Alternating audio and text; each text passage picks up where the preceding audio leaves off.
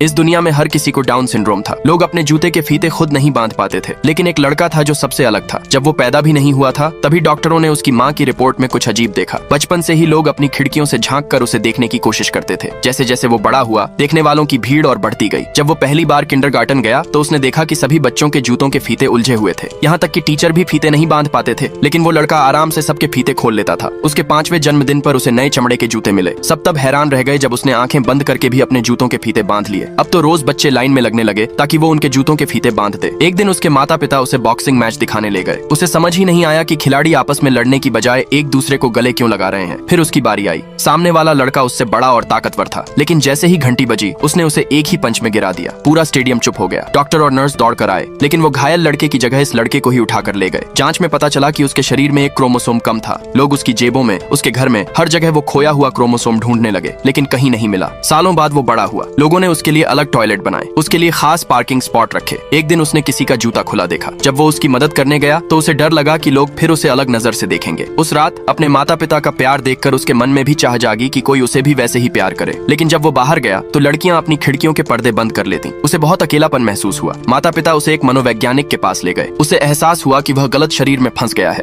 उसने सामान्य होने के लिए सर्जरी करवाने का फैसला किया। अस्पताल में उसके बगल वाले बिस्तर पर एक लड़की थी। उसके जूतों में भी फीते लगे थे। उनकी नजरें मिलीं और दोनों एक पल के लिए रुक गए। पहली बार दोनों ने महसूस किया कि इस दुनिया में कोई और भी उनके जैसा है। इसके बाद दोनों ने मिलकर सबके जूतों के फीते बांधने में मदद करनी शुरू कर दी। फिर एक दिन उन्होंने देखा कि किसी के जूते में टेप लगी थी और तभी दोनों के दिमाग में एक ही आइडिया आया। कुछ ही समय बाद उन्होंने ऐसा जूता बनाया जिसे कोई भी आसानी से पहन सके। ये जूते इतने पॉपुलर हो गए कि हर कोई उन्हें खरीदना चाहता था।